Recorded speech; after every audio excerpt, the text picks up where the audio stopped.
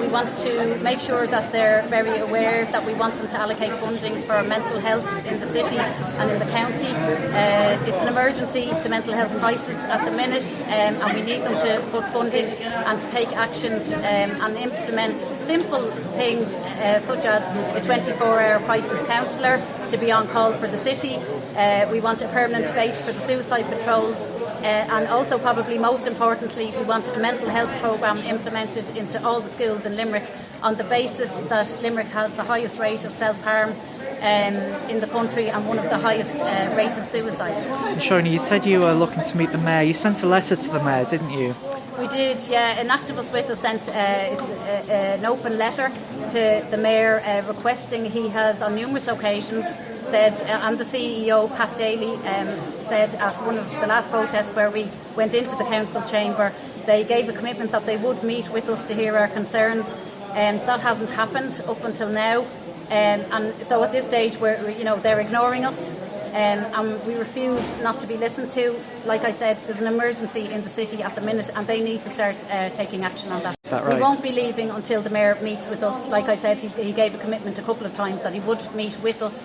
And we think it's fairly scandalous that, like any emergency, that they are not taking action and also refusing to meet with family, friends and supporters of people who've died. And they're in there discussing their millions of pounds worth of budget when there's children dying as we speak, families suffering through suicide, heartache. I am here today, I'm a mother who lost a 14-year-old child with my family and my friends. And I would like for the government to take action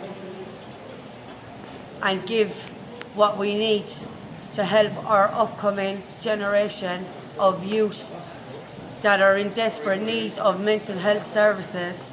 If we could save one child's life, wouldn't that be great? Instead of putting another family through hell, like all of us here are here. For every family, we're here for everybody. Like, if you Kaylee was the bubbliest girl you'd ever see. She was always laughing. She'd always fill the room with joy whenever you see her. Whenever you're having a bad day, you could always trust Kaylee to come and cheer you up. She'd always put a smile on your face, no matter what mood you're in. What would be your message to these people who did abuse her, basically? That they're just vermin, that they took a daughter away, a best friend away, a cousin, a niece. Yeah. Dan always wanted to, she'd always stand up for her friends and she'd always make sure that if anyone was down or anything, she'd always be the first one to go up and cheer them up. Yeah. You're like... Me, I was a very happy girl. And the environment stuck up for her. They bullied my friend from the age of 10. They made her feel so low in herself. And even yesterday, people commenting and stuff about her. My friend done makeup every day of her life because she was brilliant at it, and she made herself look beautiful with it. That she didn't have to, but she thought she had to put it on to make herself look perfect. But the environment took it from us. Took a beautiful girl like Kaylee and Mia, took her from us because they're probably feeling so low in themselves that they try to make others feel so low. But Mia was a very happy girl. She loved everyone. She was everyone's best friend. Everyone loved her. And everyone loved her, and she made us feel like there was no sadness in the world at all. Jan, obviously you're a local Labour TD. The guys here are saying it's both a national and a local issue. Well, what's your, I suppose, response, first of all, to the protests, and what do you think local councils can do?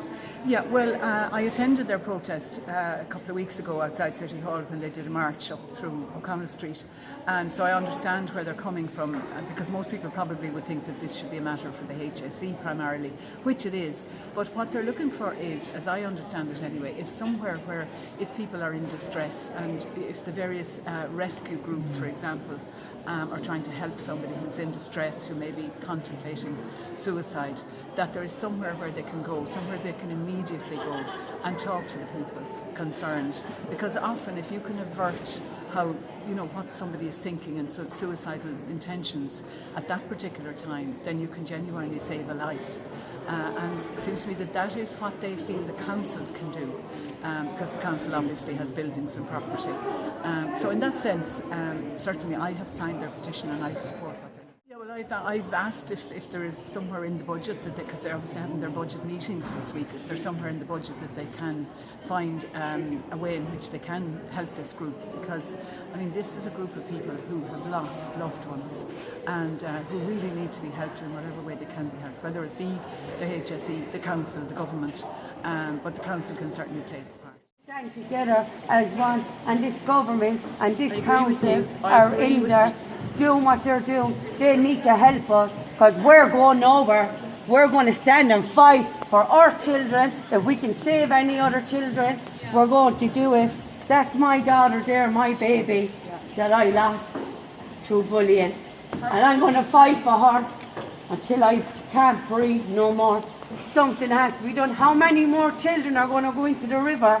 How many more helicopters are we going to have? How many more children and families that are around the country this minute bringing their children into A&E crisis teams, looking for crisis nurses that are not there, they're not available to help these children and bring these children away and send them into Pieta House, give them 11 sessions, and these mothers are crying out, telling them, my child is going to be dead in a month, or my child is going to be dead in 2 months.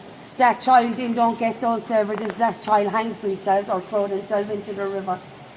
You know? And that's the reality. It's very frustrating. This is the reality of it. Limerick is going to come to a standstill. We have enough. People are campaigning all over the place. We need the power, and the power of the budget in there needs to give us the money for what we want and what we want to allocate it.